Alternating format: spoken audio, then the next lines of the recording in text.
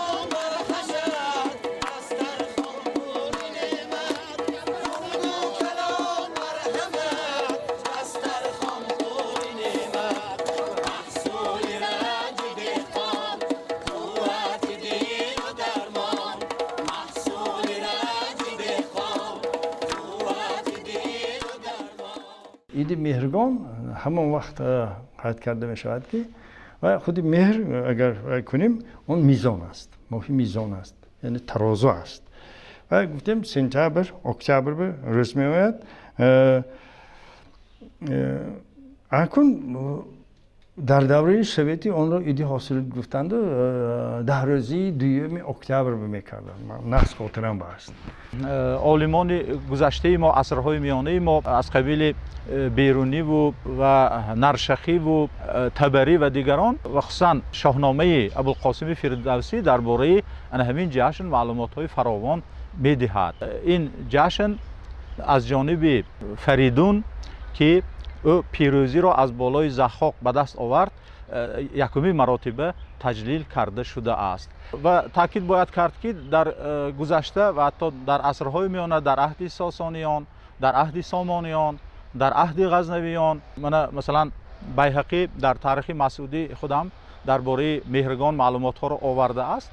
در آنجا گفته می شود که مهرگان نیز چون جشن نوروز به مهرگان بزرگ و مهرگان کوچک تقسیم می شد و در محل‌های گوناگون همون قلمرو کشورها این جشن در دوام 6 روز گذرانیده می شد و با نوبت شاه البته طبقه ها طایفه های گوناگون قلمرو خودش را قبول می کرد، به او تحفه می آوردند، او نیز در نوبت خود هدیه ها می داد و همون جشن بزرگ مهرگان که در روز 6 اکتبر روز گویا 16 و ماه مهر گذرانیده می شد بسیار متنطن تجلیل کرده می شد.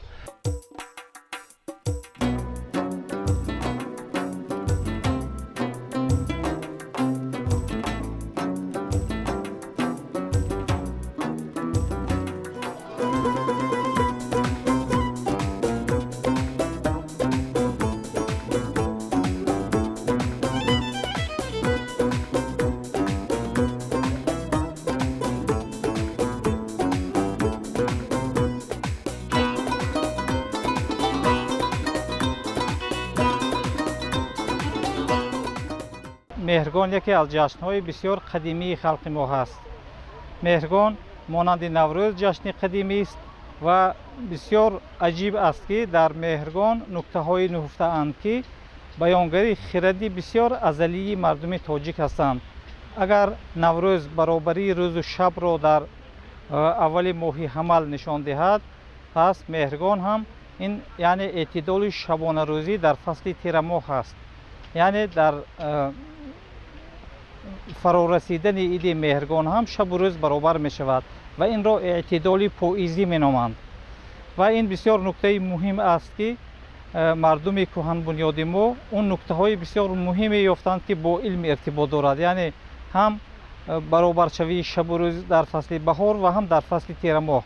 البته این یک حادثه بسیار نادر هست در طبیعت. مهرگان همچون ид номаш гум шуда буд, лекин худаш боқӣ монда буд, урфу одат анъанаҳояш буд. Масалан дар Хуҷанд Меҳргон номашро иваз карда буд ва дар Хуҷанд масалан мегуфтанд инро Иди Хазонак. Иди Хазонак, яъне кай ҷашн гирифта мешуд? Иди Хазонак ҳамон вақт ҷашн гирифта мешуд ки аллакай хуб хушҳои ангурро ҷамъбаст мекарданд, мечинданд ва мардум ба хазонаккунии ангурҳо мерафт. Яъне ҳамон боғбонча сарҳои хурди ангурро меёфтанд ва ҳамонро ҷамъ меоварданд ва аз ҳамон боғбончаҳо, аз хӯшаҳои боқимондии ангур оғоз мекарданд ба пухтани шинни. як маҳалла буд, ам маҳаллае ки имрӯз масалан кинотеатри ватан ё ки театри тамошобини Наврӯз ҳаст, дар ҳамон ҷой маҳалла як ҷой буд, ҷои Хазонак, номаш Хазонак. имрӯз ҳам ҳамон маҳалла побарҷо аст ва дар ҳамон ҷо хоки зард буд. дар ҳамон маҳалла хоки зард ки бисёр буд, аз ҳамон хоки зард мегирифтанд. хуб ангурҳое ки ҷамъ омада буд якҷоя занҳо мебаромаданд, хуб наврасҳо баромада шиннипазӣ мекарданд.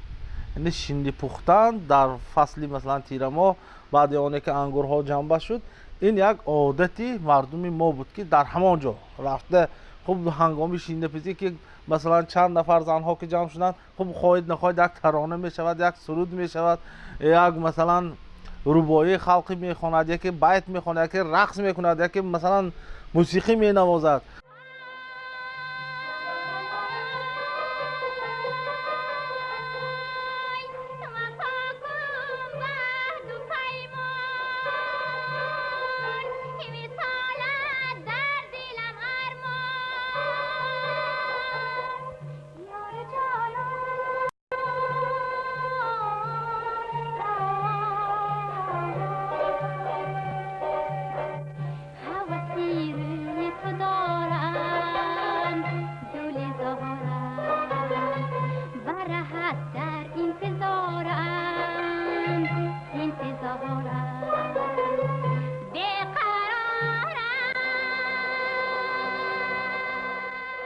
عموما در شهرهای تاجیک نشین در دهها این چیز خیلی کم است همین عادت، لیکن در شهرها عادت سرکا خوابانی هست. نه سرکا میخوابانند، سرکا خوابانی هم در جشن مهرگان میگشود. در گرد و اطراف شهر خوجند یا که در دهات در کاداک چیدنی بهی، چیدنی سیب، چیدنی سری انگور در کاداک ها این رسم بود که این یک فرهنگ، یک انعنی خودش رو داشت که اول کدام نوع انگور باید در کاداک اول چی گذاشت، خب در قطار دوم چه خیلی انگور، که این خودش یک فرهنگ نگهداری میوه است. امروز به مسئله احیای همین جشن مهرگان بسیار اعتبار جدی داده شده ایستاده است. از سال 2008 این جانب این جشن مقام دولتی را کسب کرده است. سرور دولتمان، اساسگزار صلح و وحدت ملی، پیشوای ملتمان محترم امام رحمان عاید به تجلیل این جشن تدبیرهای بسیار مشخص را اندیشیده اند و در جریان همین جشن مهرگان وقتی که اون کس به منطقه های گوناگون سفرها انجام میدهند، من سال گذشته به ولایت سوخت تشریف آورده بودند، ما شاهد آن بودیم که در همین سوخت ما بسیار چاره‌بینی های مهمی که وابستگی دارد به مهرگان گذرانیده شد. از جمله ایدی سیر خربوزه، ایدی عسل یا که ایدهای دیگری که وابستگی داشتند به ایدی حاصل، چون که این در فرارسی حاصل به شمار می رود و دهقانان محصول مهنت خودشان، من حتی ایدی انگور گذرانیده شد که اینها شهادت از آن می دهند که ما این جشن را از سر نو امروز احیا کرده ایستادیم و بسیار متنتن در محلهای گوناگون کشورمان چاره‌بینی ها گذرانیده می شوند.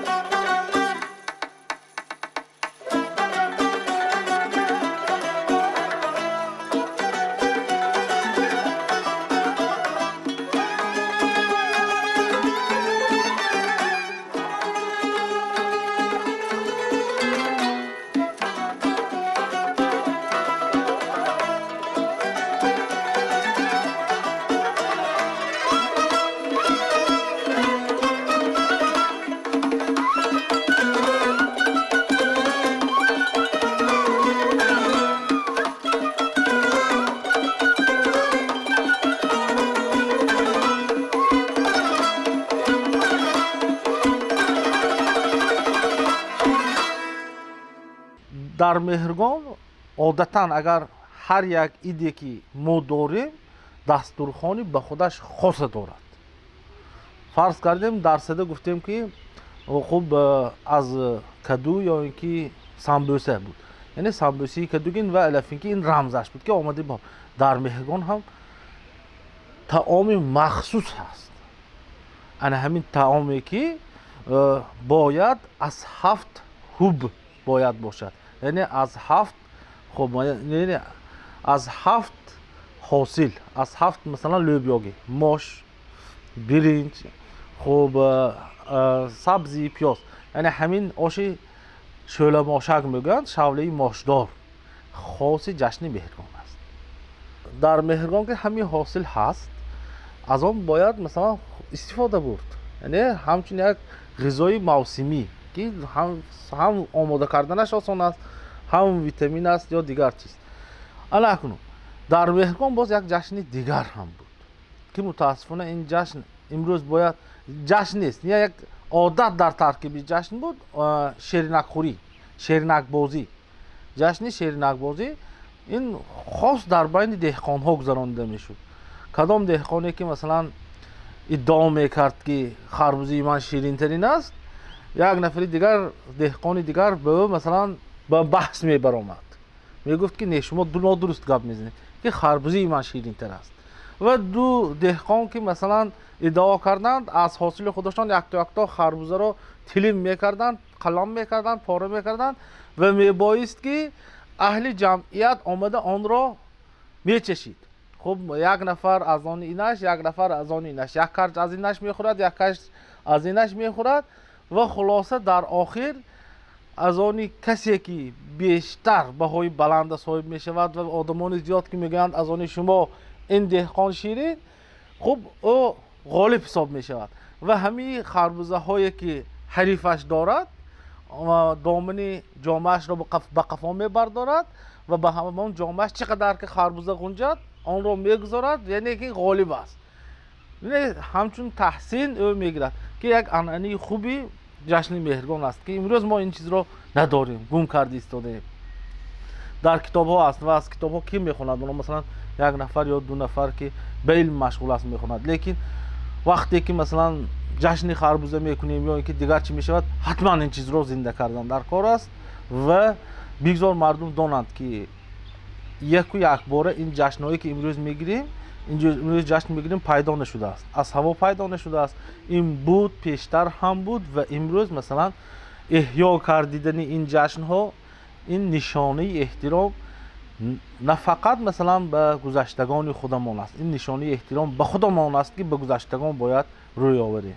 бо шарофати соҳибистиқлолии тоҷикистони азизамон ҷашнҳои миллии қадимаи мо аз нав эҳё мешаванд. аз ҷумла Меҳргон низ аз қабили ҳамон ҷашнҳое ҳаст ки барои рушди ҳаёти иҷтимоӣ, иқтисодӣ ва фарҳангии миллатамон, хусусан фарҳанги маънавӣ, фарҳанги моддии мардумамон мусоидат мекунад. мо бояд анамон симои миллии худро барои нишон додан анамин анъанаҳои миллии худро бояд барқарор карда тавонем. барои ин боз супориш шуданаш даркор ки олимон бояд анамон дастурҳо ҳаст ку пеш дар осорхонаҳо, роҳбалатҳо, экскурсоводҳо экскурсичка менавистанд, яъне раҳнамо менавистанд ки дар бораи ҳамин деворнигора чӣ гап мезанад, дар бораи ҳамин навишта гуфта медоданд. ман мехоҳам анамун ҳар як ид ҳам Сада хеле мураккаб, ҳоло Садаи мо қариб ки ҳеч омӯхтагомо не, ман хондам, бисёр чизҳоро дидам. ҳар Наврӯз бисёр гуфтем, Меҳргон ва дигар идҳо қариб ки ҳеч нест.